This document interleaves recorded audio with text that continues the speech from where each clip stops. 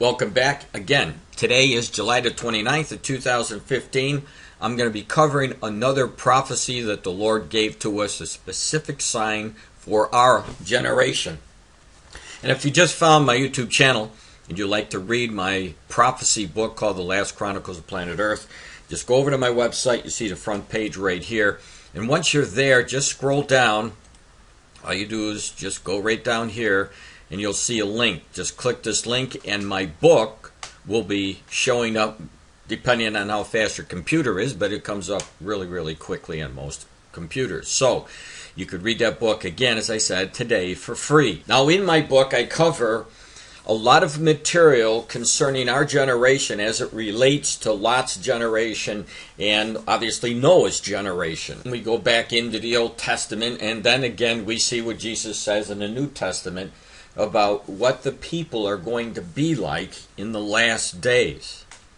Now, one of the things that the Lord told us, our generation that would be known for the generation who's going to be seeing Jesus Christ return is going to be a carbon copy of Noah's generation. As a matter of fact, also Lot, the people that were living around Lot as well. So look what Jesus warned us about. Again, these are the characteristics.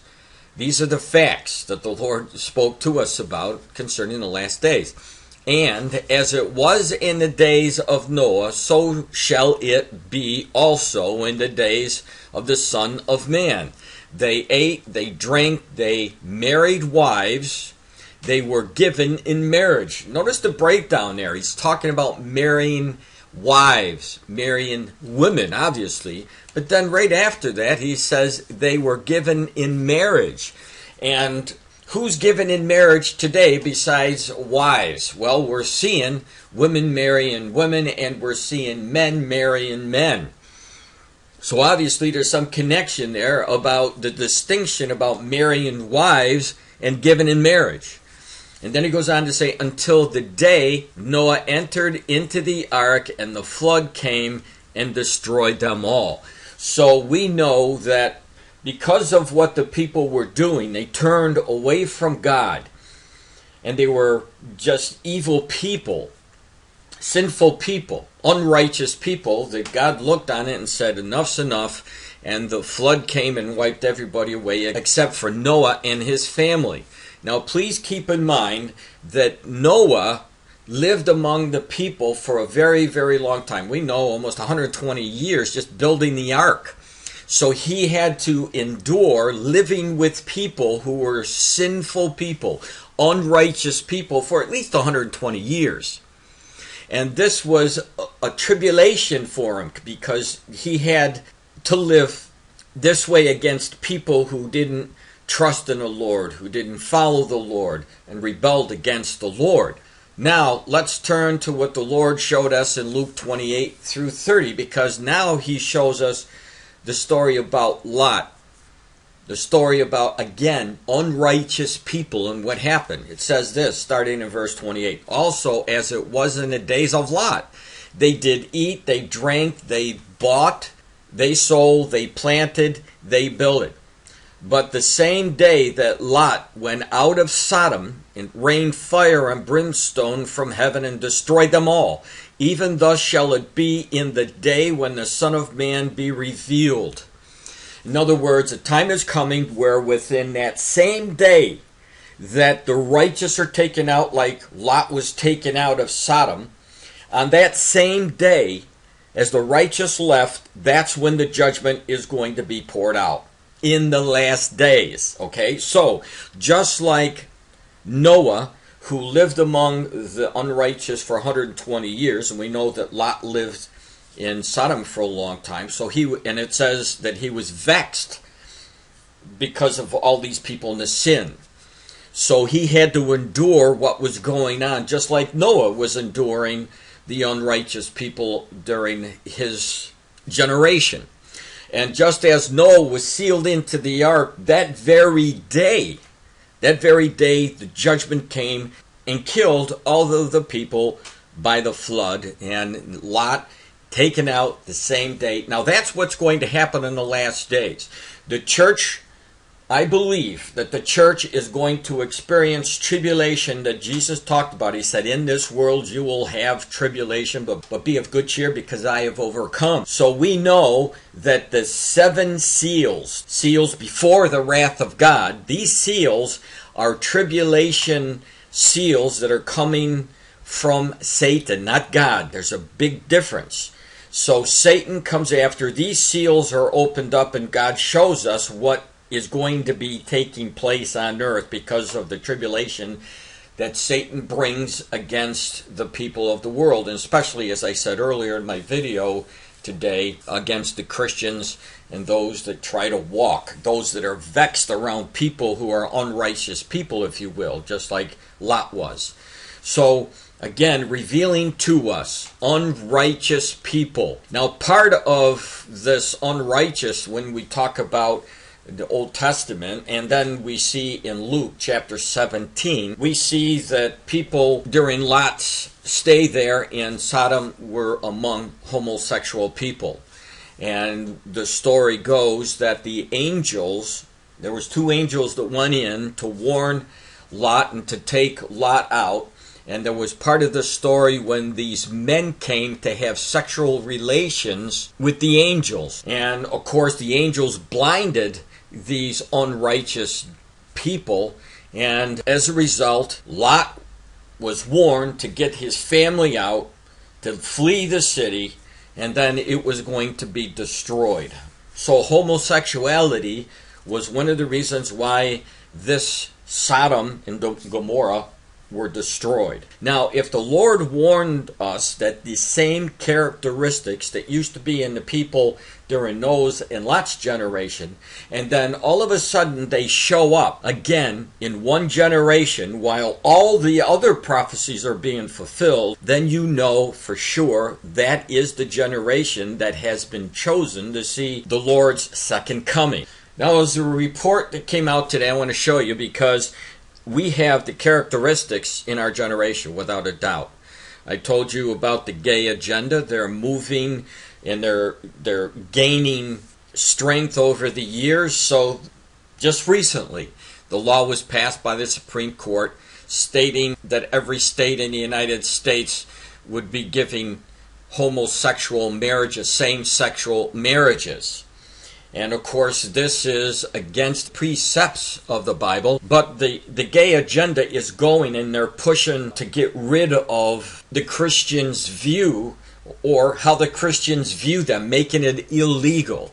And they're using terminologies and pushing these terminologies of hate crime and such, making the Christian's life miserable in the long run. So anyway, this report says nationwide boycott called as Boy Scouts of America adopt the LGBT agenda. The Boy Scouts of America on Monday ended its blanket ban on gay adult leaders while allowing church-sponsored scout units to maintain the exclusion for religious reasons. This is the editor's note. I have many fond memories of being in Boy Scout Troop 38 as a teenager. Scouting was fun and informative time in my life.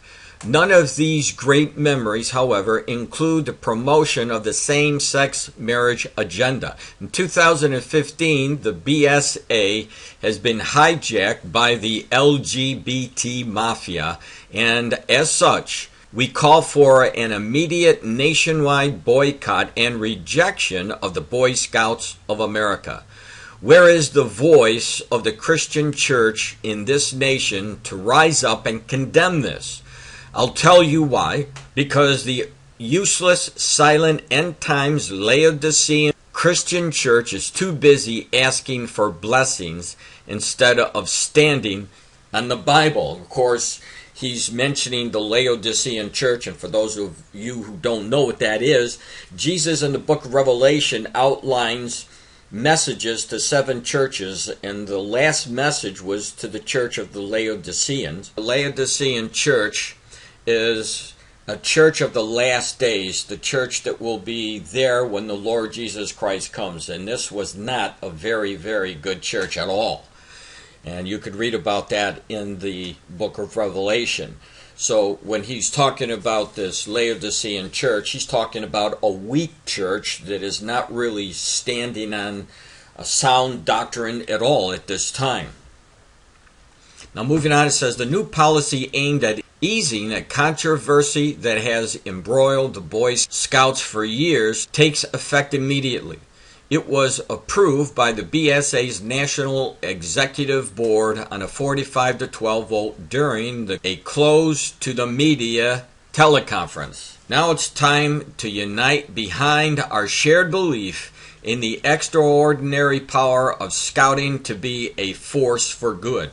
The stage has been set for Monday's action on May 21st, when Gates told the Scouts National Meeting that the long-standing ban on participation by openly gay adults was no longer sustainable.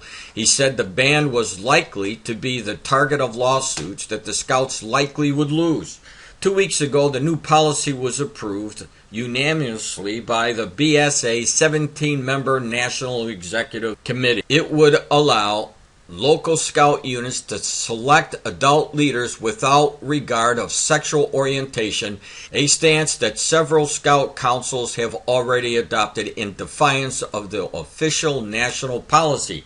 In 2013, after heated internal debate, the BSA decided to allow openly gay youth as Scouts, but not gay adults as leaders. So now you can see in this next part here what they plan to do to combat against allowing this gay agenda into the Boy Scouts that it never used to be in. It says, Trial Life USA, the Christian alternative to the Boy Scouts of America. Trial Life USA is a Christian scouting group with biblical values and a strong statement of faith.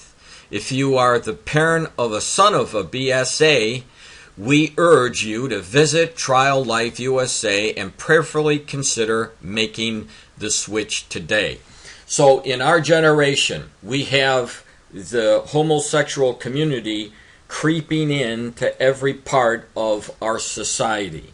And when faced against Christians, what they're doing is they're pushing very, very hard to make life for Christians very, very difficult. So you have them now into the Boy Scouts. We have lawsuits with the Boy Scouts. We see the gay agenda not stopping there. They've already made success into the 50 states that I was just mentioning a little bit ago. So they're on the march. Now, how are we supposed to be reacting as Christians? Well, if you really love Jesus Christ, you have to love the people. Doesn't matter if they're homosexuals or not, you're supposed to love them. You're not supposed to tolerate the sin, and you're supposed to point out the sin, but that doesn't give you any right to hate anybody. You're supposed to hate the sin, but we're supposed to love the people. Our call is to spread the good news and to love your neighbor as yourself, not to be selective in who you're going to love. That's not love unconditional like Jesus gave to us.